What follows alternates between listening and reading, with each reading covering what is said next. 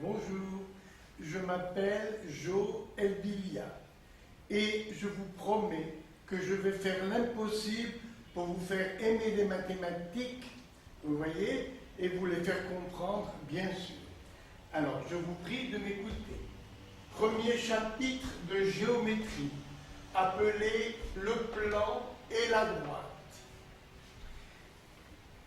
Que veut dire un plan? Eh bien, on a seulement des images du plan.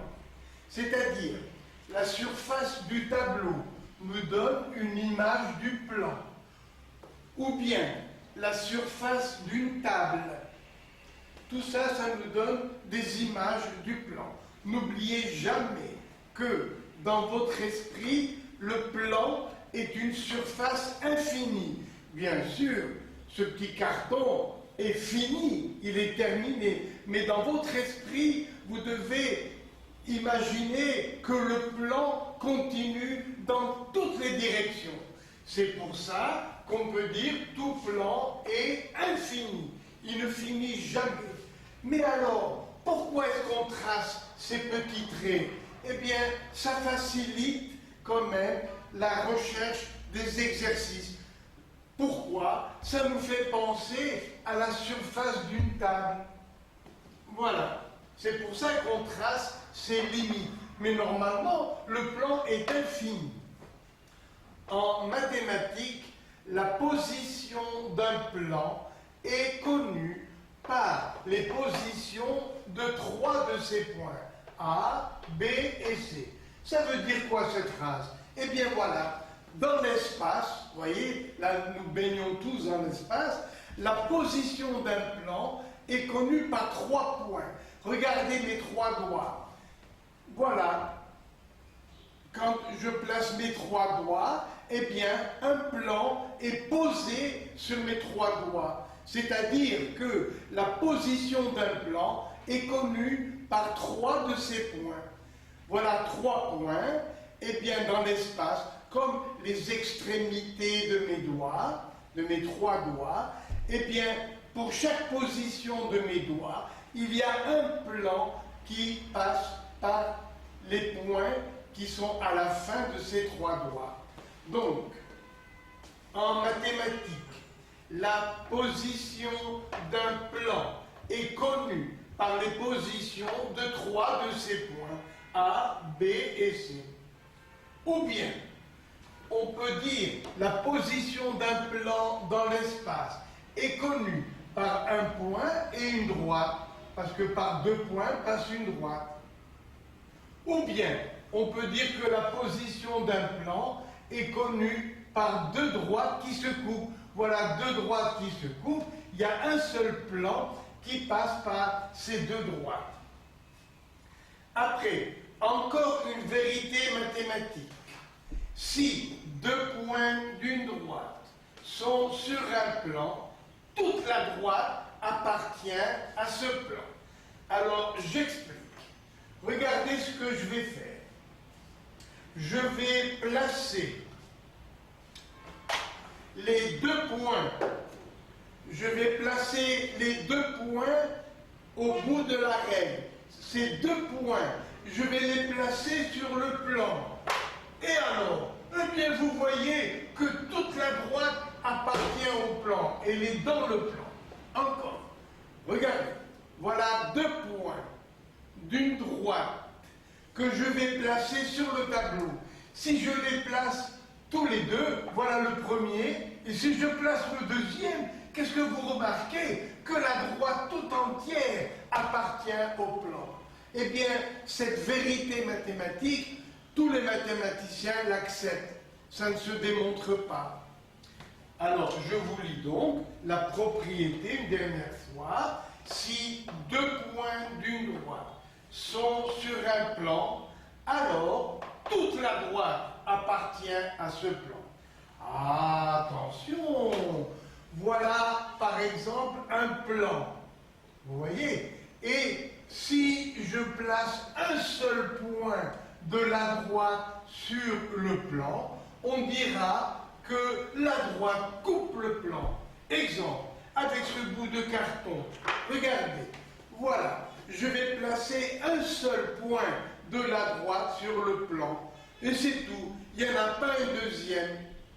Si jamais j'en place un deuxième, alors toute la droite sera dans ce plan. Dans cette position, on dit que la droite coupe le plan. Ici, sur ce dessin, cette droite D coupe le plan au point A.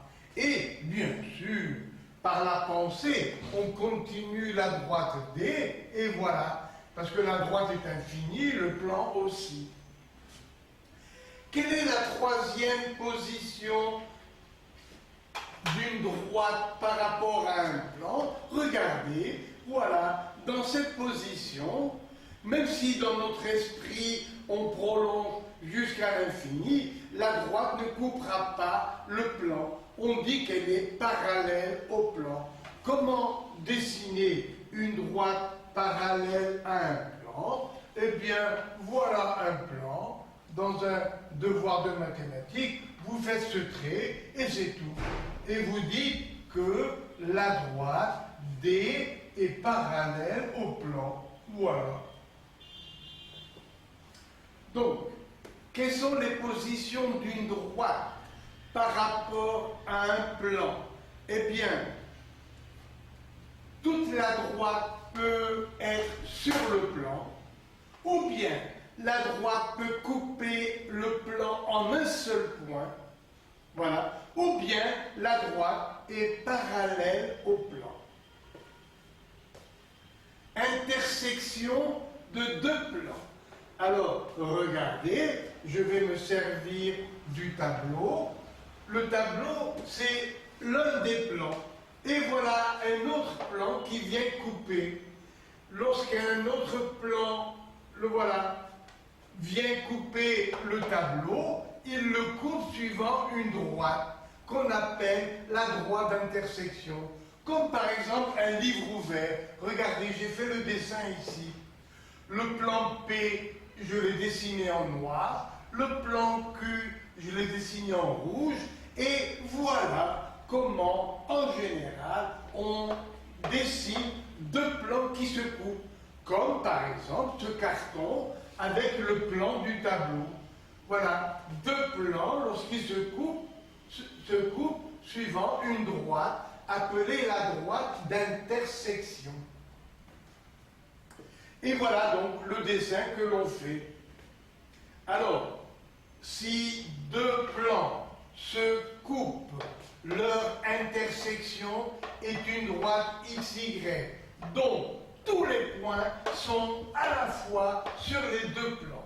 Ça veut dire que si je prends un point A de la droite d'intersection, ce point A est à la fois dans P et dans le plan Q. Pourquoi? Parce qu'il appartient à XY. La droite XY tout entière appartient à la fois aux deux plans P et Q. Donc tous les points de cette droite appartiennent à la fois aux plans P et Q. On dit que ce sont des points communs à P et Q. Plan parallèle. Alors, regardez, le carton, maintenant, est parallèle au tableau. Ou bien, dans cette position, ce carton est parallèle au sol, parallèle au plafond. Donc, plan parallèle, voilà le dessin que l'on fait. Et on ajoute, deux plans sont parallèles s'ils n'ont pas d'intersection. Ça veut dire que dans notre esprit, on prolonge les deux plans jusqu'à l'infini, et malgré ça, ils ne vont jamais se couper. Alors on les appelle plans parallèles. Deux plans sont parallèles, donc s'ils n'ont pas d'intersection. Ce n'est pas comme ici. Là, ce sont deux plans qui se coupent. Ils se coupent les deux plans. Et on les appelle deux plans séquents. Ils sont séquents, ça veut dire ils se coupent. Là, les deux plans sont parallèles. Ils n'ont aucun point commun. Ça veut dire qu'il n'y a aucun point qui soit à la fois dans P et dans Q. Maintenant, image d'une droite. Eh bien, l'image d'une droite, c'est celle de l'arrêt d'une règle. Voilà. Cet arrêt nous donne l'image d'une droite. Ou bien, un fil qui est tendu entre deux points. Voilà, j'ai tendu la corde. La corde tendue nous donne l'image d'une droite. Et vous savez, il n'y a pas de définition.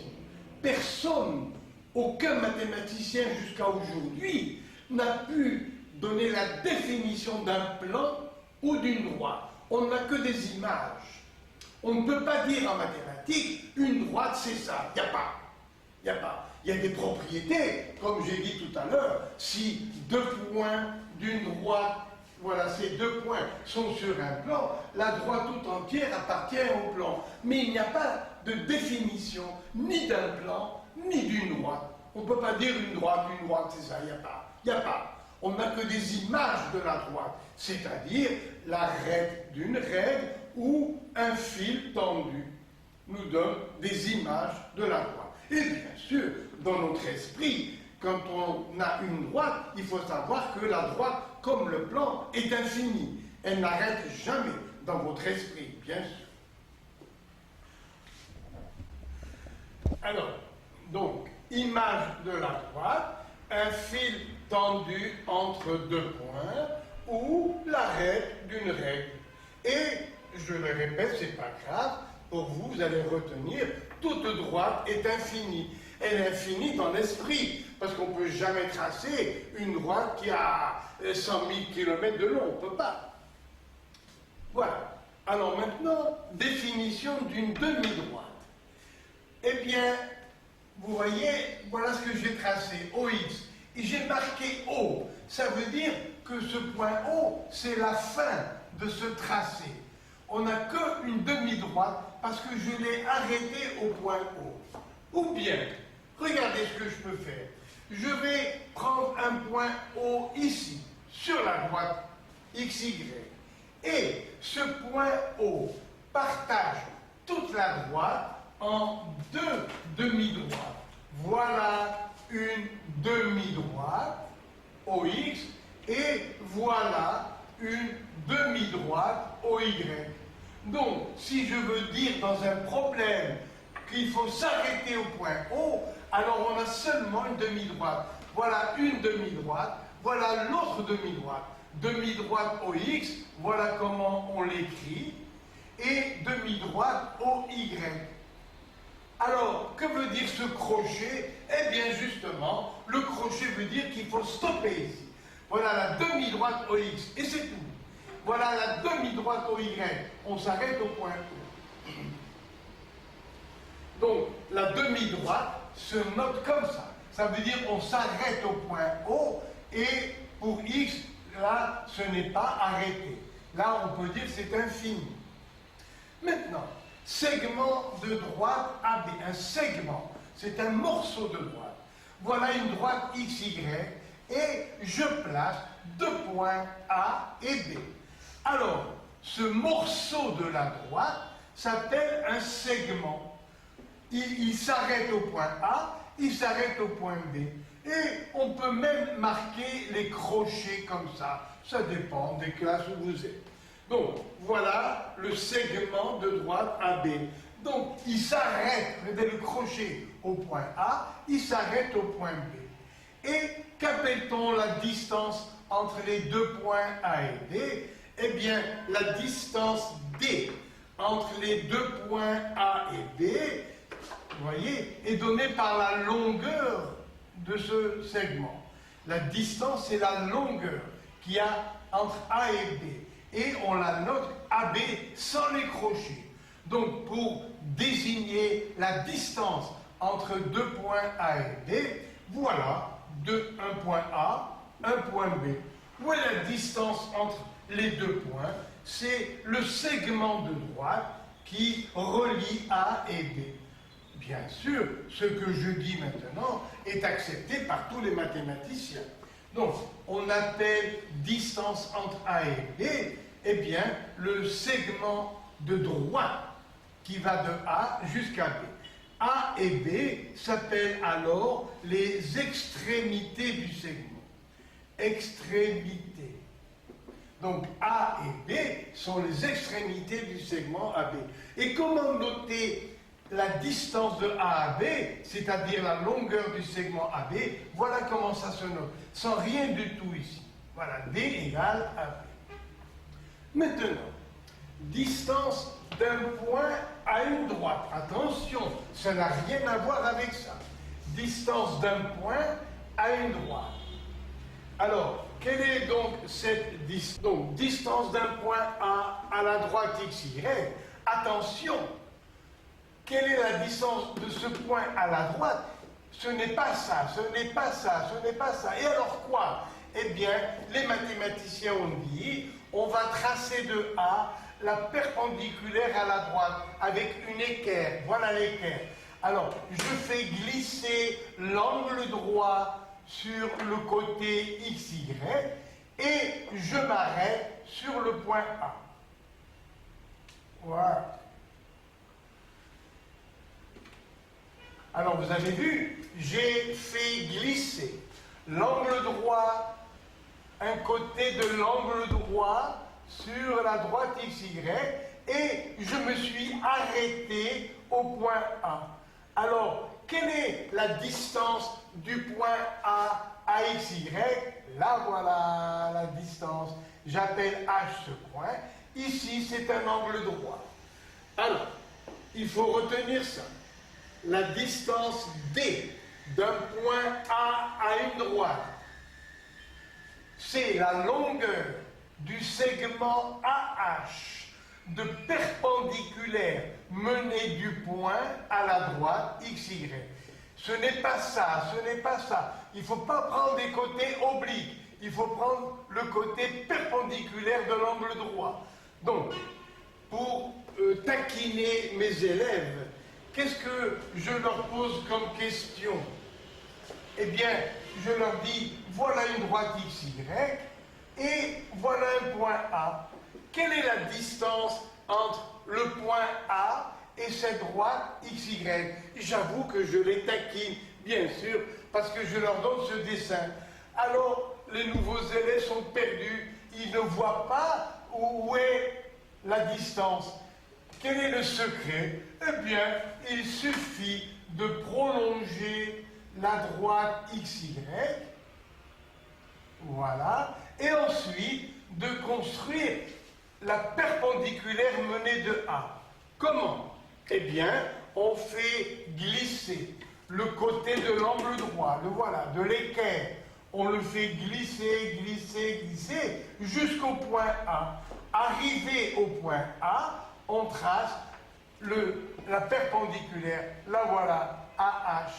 Et voilà la distance de ce point à la droite. J'avoue que je suis un peu méchant quand je taquine comme ça les élèves, mais de temps en temps, il est bon, vous voyez, de les amener à l'erreur pour qu'ils ne la refassent plus jamais, cette erreur. Alors, sixièmement, droite parallèle, ça veut dire qu'elles ont la même direction. Et dans notre esprit, dire que ces deux droites sont parallèles, ça veut dire que dans notre esprit, si on les prolonge, elles ne vont jamais se couper. Voilà deux droites qui se coupent. On les appelle séquentes. Et voilà deux droites parallèles. Dans notre esprit, si on les prolonge sans arrêt, elles ne vont jamais se couper. Bon, bien sûr, cette opération est difficile à faire. On ne peut pas prolonger des droites à l'infini. Mais on n'a qu'à le marquer, puis c'est tout. Voilà, D parallèle à D'. Droite perpendiculaire. Bien, je n'ai parlé tout à l'heure. C'est grâce à l'équerre qu'on va les construire. Voilà un point A, une droite XY. Comment tracer à partir de A la droite perpendiculaire à XY? Eh bien, je l'ai dit et je le répète, on fait glisser le côté de l'angle droit de l'équerre sur la droite et on s'arrête au point A. Une fois qu'on s'est arrêté au point A, il suffit de tracer la perpendiculaire et de la prolonger, bien sûr. Ensuite, on prolonge. Et voilà la droite AU qui est perpendiculaire à la droite XY grâce à l'angle droit de l'équerre. Le voilà, il est là.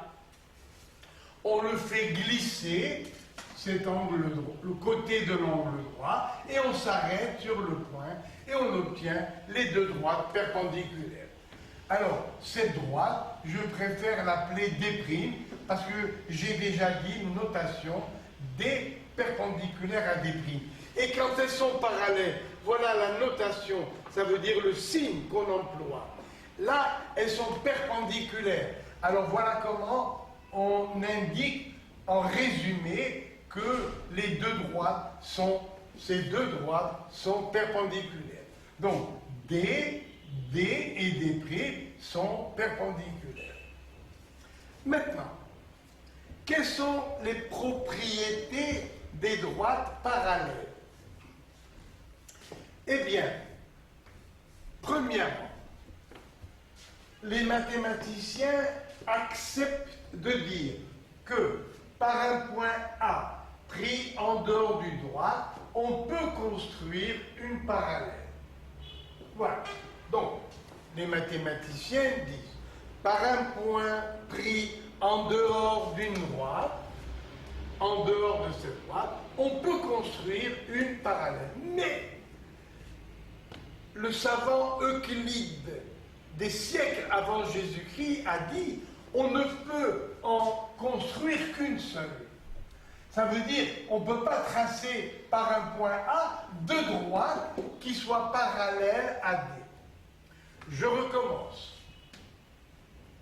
Donc, voilà un point A et une droite D. Et alors, eh bien, les mathématiciens acceptent de dire que par un point A, on peut construire une parallèle à D. D'. C'est bien. Mais après, qu'est-ce qu'ils disent? Grâce au savant Euclide, lui-même a dit, vous voyez, des siècles avant Jésus-Christ, il a dit, par un point A, on ne peut construire qu'une seule parallèle. Eh bien, figurez-vous que jusqu'à aujourd'hui, aucun mathématicien n'a pu prouver que l'on peut, à partir d'un point A, construire une seule parallèle à D. Personne. Il y a des mathématiciens qui ont essayé pendant des années, des grands mathématiciens, ils ne sont pas arrivés à prouver que par un point A, pris en dehors d'une droite, on ne peut construire qu'une seule parallèle. Bien. Allez, deuxième vérité, deuxième propriété. Voilà deux droites par hypothèse parallèle. Donc je marque D est parallèle à D'. Et alors? Eh bien, regardez, voilà une droite delta. Ce signe s'appelle delta. C'est la lettre D pour nous du pays de la Grèce, en Grèce. Voilà, delta majuscule et delta minuscule. Comme pour nous, D majuscule, D minuscule. Eh bien, en Grèce, delta, c'est le D majuscule, voilà le D minuscule. Alors, reprenons. D et D' par hypothèse sont parallèles. Et la droite delta coupe la droite D au point A. Et alors, eh bien, si on la prolonge, elle doit couper la droite D'. Donc, si deux droites sont parallèles, toute droite qui coupe une, la première, doit couper la deuxième.